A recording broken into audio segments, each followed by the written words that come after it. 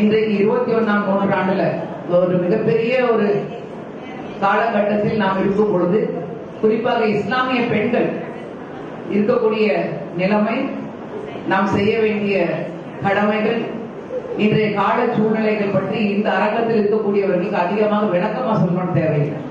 எல்லாம் படித்தவர்கள், அனுபவமிக்கவர்கள், சூழல்களை பற்றி அறிந்தவர்கள்.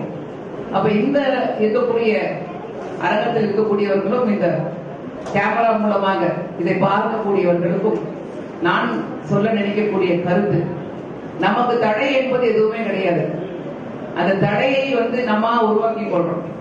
மற்றவர்களும் தடை இல்லை, கால சூழ்நிலையும் தடை இல்லை. ஆனா தடையை நம்ம மனதால் நாமே உருவாக்கிக்கிறோம். நீயா நானா போட்டியில ஒரு பக்கம் தடையை எப்படி உருவாக்குறாங்கன்னா, ஆணுக்கு நிகராக நீ வர வேண்டும் என்ற ஒரு போட்டி. அப்பதான் நீ ஈக்குவாலிட்டியை நிரூபிக்க முடியும்.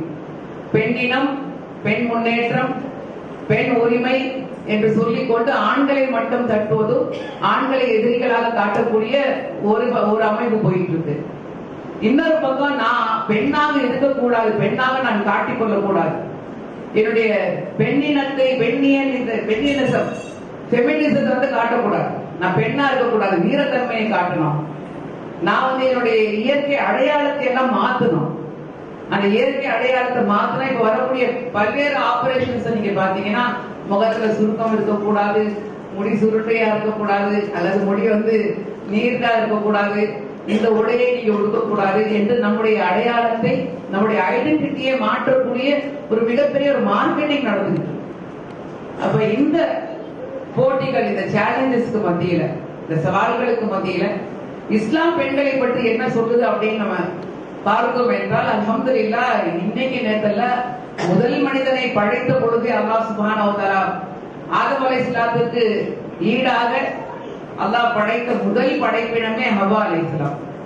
அப்ப இஸ்லாம் அன்றைய காலகட்டத்திலிருந்து முதல் மனிதன் முதற்கொண்டு அல்லாஹ் அந்த முதல் பெண் படைப்பை பற்றி சொல்லும் பொழுது, தஸ்குனு இலைஹா, நீங்கள் மனதில் உங்களுடைய ஆறுதலுக்காகவும் அமைதிக்காகவும் உங்களுக்கு சரிநிகராக படைக்கப்பட்டிருக்கின்றால் என்று, தஸ்குனு இலைஹா, சக்கீனத் பெறுவதற்கு, சந்தோஷம் அடைவதற்கு, முழுமைப்படுத்துவதற்கு படைக்கப்பட்டவள் பெண் என்று அல்லாஹ் சுப்ஹானஹு வ தஆலா காரணத்தை சொல்றான். அப்ப படைப்பினுடைய அஸ்திவாரமே என்பது முழுமைப்படுத்தக்கூடிய ஒரு படைப்பு, நிம்மதி தரக்கூடிய ஒரு படைப்பு, சந்தோஷம் அளிக்கக்கூடிய படைப்பு. அந்த ஆதமுடைய படைப்பை பார்த்தோம்னா சொர்க்கத்துல படைக்கப்பட்டான். அப்ப சொர்க்கத்துல என்ன குறை இருந்திருக்கும்? குறையே இல்லாத ஒரு இடத்தில் படைக்கப்பட்ட ஆதம் அலைஹிஸ்ஸலாத்துக்கு அல்லாஹ் சுப்ஹானஹு வ தஆலா அந்த குறையில்லாத சொர்க்கத்தை முழுமைப்படுத்தக்கூடியவளாக பெண்ணை படைச்சிருக்கிறான்.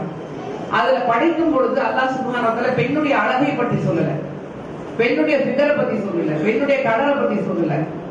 அவளை அந்த படைப்பினுடைய காரணத்தை அல்லாஹ் என்ன சொல்றான்னா, உங்களை முழுமைப்படுத்தக்கூடியவள்,